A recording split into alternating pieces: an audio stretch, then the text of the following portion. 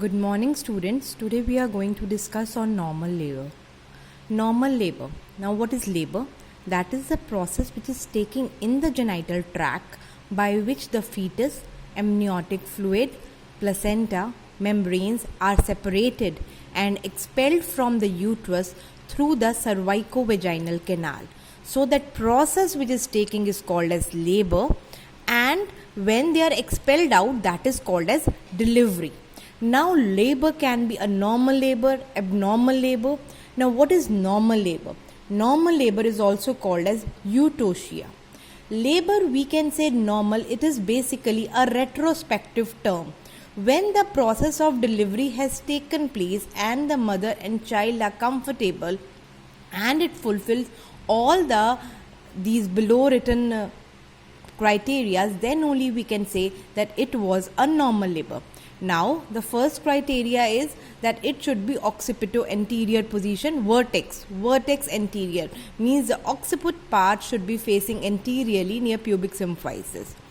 Then it should be a vaginal delivery. We do not include cesarean as a normal delivery, so it has to be a vaginal delivery.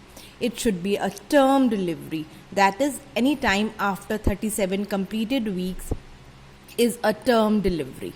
It should be by natural maternal efforts. Maternal bearing down efforts should be there.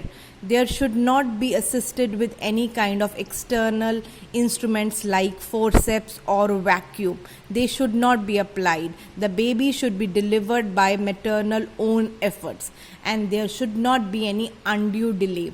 Undue delay means the labor should be finished within the set time. As I say, it can be 18 to 20 hours for a primigravida, or it can be, if it is getting prolonged, if it is more than the set time, it should not be a prolonged labor, because prolonged labor has got its own complications. So there should not be any undue delay. Then it should be without any complications to the mother and the fetus, means both should be healthy, safe and secured. So there should not be any complications, and both should be in a healthy and hale condition. Now, stages of labor. There are 4 stages of labor. The first stage of labor is also called as cervical stage.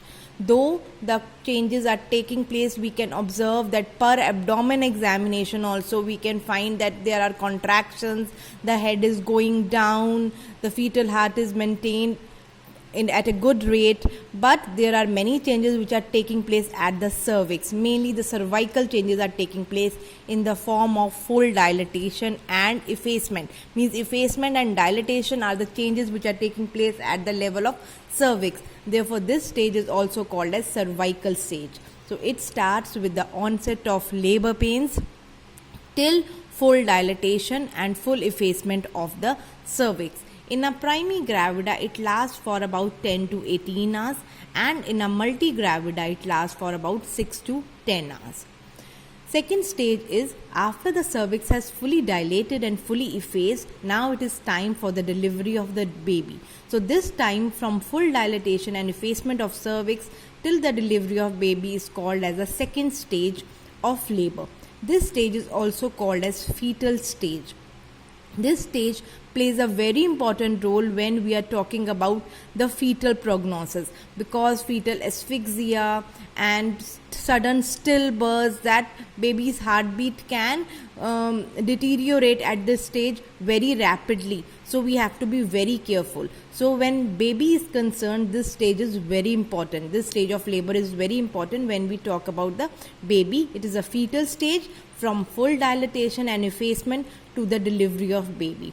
It lasts for about 30 minutes to 2 hours in a primigravida. Some books says 1 hour on an average, and 15 to 30 minutes in a multigravida. Then we talk about the third stage. Third stage is the placental stage. Now the delivery of the baby has taken place. So as soon as the delivery of baby takes place to the delivery of placenta, that is the third stage. So it is called as the placental stage. It takes about 50 to 30 minutes both in a primi and a multigravida. Some books also comment 10 to 20 minutes. So whatsoever you are referring, just go through it. So on average 5 to 30 minutes is the time taken for placenta to separate and then deliver out. If it is more than 30 minutes and the placenta, that delivery of baby has occurred and placenta has not separated, then we talk about retained placenta. That placenta is not expelling on its own. We need to do some maneuvers to remove the placenta. That is called as retained placenta. And the fourth stage, it is basically an arbitrary stage. It is a stage of observation. So it is a stage of observation or monitoring. So after the delivery of placenta to 1 to 2 hours, it is a stage of observation. But many a times when the patient is not stable, we may need to monitor her for up to 4 hours also. So this stage may extend up to 4 hours, but on an average, it is a 1 to 2 hour stage after the delivery of placenta. It is a stage of observation, and that is the fourth stage of labor. Now the first stage of labor is again divided into two parts, that is 2 to 3 parts. Some books says 3 parts, some mention just 2 parts. So it is the latent phase, and the other one is active phase and transition phase. So why we have divided the first stage means that is dilatation and effacement of cervix, that is taking place in the first stage. So in the latent phase, the dilatation of cervix is not very rapid. It is a slower process. The labor is not progressing so quickly at this stage. So that is the latent phase. Second phase is active phase. That is when the cervix has stretched up to 6 centimeters. After that, dilatation of cervix is quite rapid.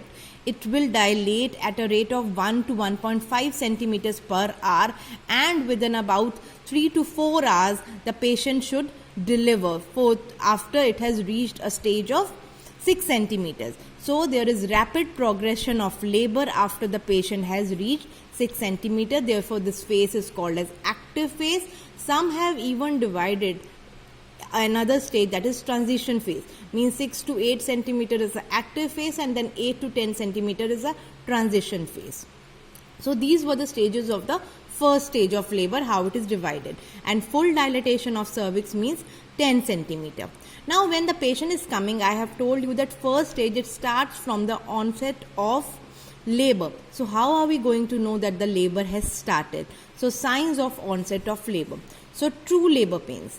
Patient can come to you with pain abdomen, pain lower abdomen. Whether it is a true labor pain or whether it is a false labor pain, or it is not associated, the pain is not associated with occurring, it can be some other GIT problem, some renal problem. So how are you going to differentiate? Even contractions are taking place throughout pregnancy also, which are called as Braxton Hicks contraction, but they don't show that the patient is in labor. So how are you going to make out that whether she is actually in labor or not? So these are few of the important signs you could look for that. So true labor pains are regular. They will occur at a regular interval, and probably with the progress of time, the frequency and intensity of the labor pains will increase. They will be more stronger, and they will last for a longer duration as the time progresses, and they will be repeatedly at a regular interval. Maybe their contraction period, the time between the interval decrease also. So they will be a progressive fashion. Then the pains are at the lower back and in the lower abdomen areas. There is, if a patient comes, many a times the rectum is loaded, so we give her enema, and that is causing discomfort. But if it is a true labor pain, she will not have any effect of sedation. If we give her medicines for her to sleep or rest, or we give her enema to evacuate the loaded rectum, or if we give her antispasmodic, so these pains will not have any effect, and they will continue. The labor will keep on progressing. But if the pain is because of some other reason, if it is a false labor pain, if it was not associated with labor, patient will get relief after taking sedatives or enema or antispasmodic. Then these labor pains are associated with cervical dilatation. So not only we can feel, yes, contractions are taking place, patient is having labor pains, but there are associated pervaginal findings in the form of cervical dilatation, and there are other features like we are going to discuss now. So true labor pains are regular with increasing frequency and intensity, but false labor pains are irregular. Their intensity and frequency is not progressing with time, and they are in the lower abdomen and they are relieved by sedatives. Now, what are the associated cervical findings or pervaginal findings which are associated with labor pains? So there will be associated cervical dilatation. Ideally the cervical os is closed, but when the labor starts, there is process of dilatation, softening of the cervix, and ripening of the cervix starts taking place. Then there is release of show. What is show? Show is the blood-stained discharge. A mucoid plug is released, and this is called because the cervix is opening, and because of that this is the finding which we find that when we do a PV examination, ideally there should not be blood, but there is a mild blood staining discharge which we call as show. This means the patient is now showing that cervical changes are about to occur. Then, as I told you earlier, there is formation of bag of water. Initially the membranes are flat, but now because contractions are starting, the force is going downwards, and because of it, just below in the lower pole there is formation, just below the head there is formation of a bag of water. So if we do a PV examination, and if we could enter our 1 or 2 finger, we can feel a soft spongy feeling. So that is because we can, a ping pong kind of a feeling means there is some water and it is covered with a bag. Okay, the membranes are intact.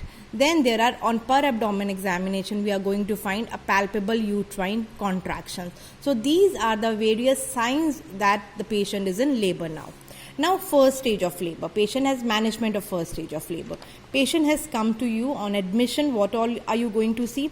You are going to take the history. You are going to do the general examination, the systemic examination, CVS, RS, per abdomen examination. You are going to see for the height, palpation, height of fundal height, whether it is corresponding to the period of gestation, then how is the lie, baby is in longitudinal lie or transverse lie, then whether it is a vertex presentation or what is the feet, whether the head is going inside, what are the contractions, what are the various grips, maneuvers you are going to do, and you are going to auscultate the fetal heart sound. Then you are going to do the PV examination and look for the various cervical changes, that whether there is show, whether the cervix is dilated, whether the effacement has started, whether it is the vertex, we can feel the head, or it is a breach. We are going to confirm your per abdominal finding after doing a PV examination, and whether there is bag of membrane or the membranes are absent. Patient has already ruptured the membranes, so there will be liquor which is coming. So you are going to do a PV examination on her first visit, and then you are going to assess whether the patient is in labor or not, and first stage, active stage, latent phase, what is the progress, you are going to chart it. Then also look for her first, at the time of history taking only, you are going to look for a registration or ANC card and see the high risk categorization, that patient whether she is high risk or a low risk patient, and what all investigations you need to send. So you are going to ask the star sister over there to clean the area, that is the hair should be removed of the perineal area, the vagina, perineal area should be cleaned. So that is called as part preparation. If the rectum is loaded, patient has not passed the stool, we ask the sister to give a soap water enema or a proctoclysis enema, and any investigation if needed is sent at that time. So first stage, as we know, it is quite long, lasting up to 14 to 18 hours maximum. So ambulation means we can't ask the patient to just keep on lying down for such a long period. So in that condition, we ask the patient to move about. We chart the progress of labor on a graph like chart. partograph, which you can all see in your books, and we see what is the contraction, what is the fetal heart, and how is the progress of labor going place. So that is a pictorial presentation of showing how the labor is progressing. So we will discuss about partograph in an individual class. So when the patient enters into the labor, active labor, you have to chart the progress of labor on a partograph. So you have to maintain an IV line, should be maintained, it should be patent. Patient is asked to take oral fluids or clear fluids, and if still we are waiting that labor may take more time, we ask her to take semi-solid diet.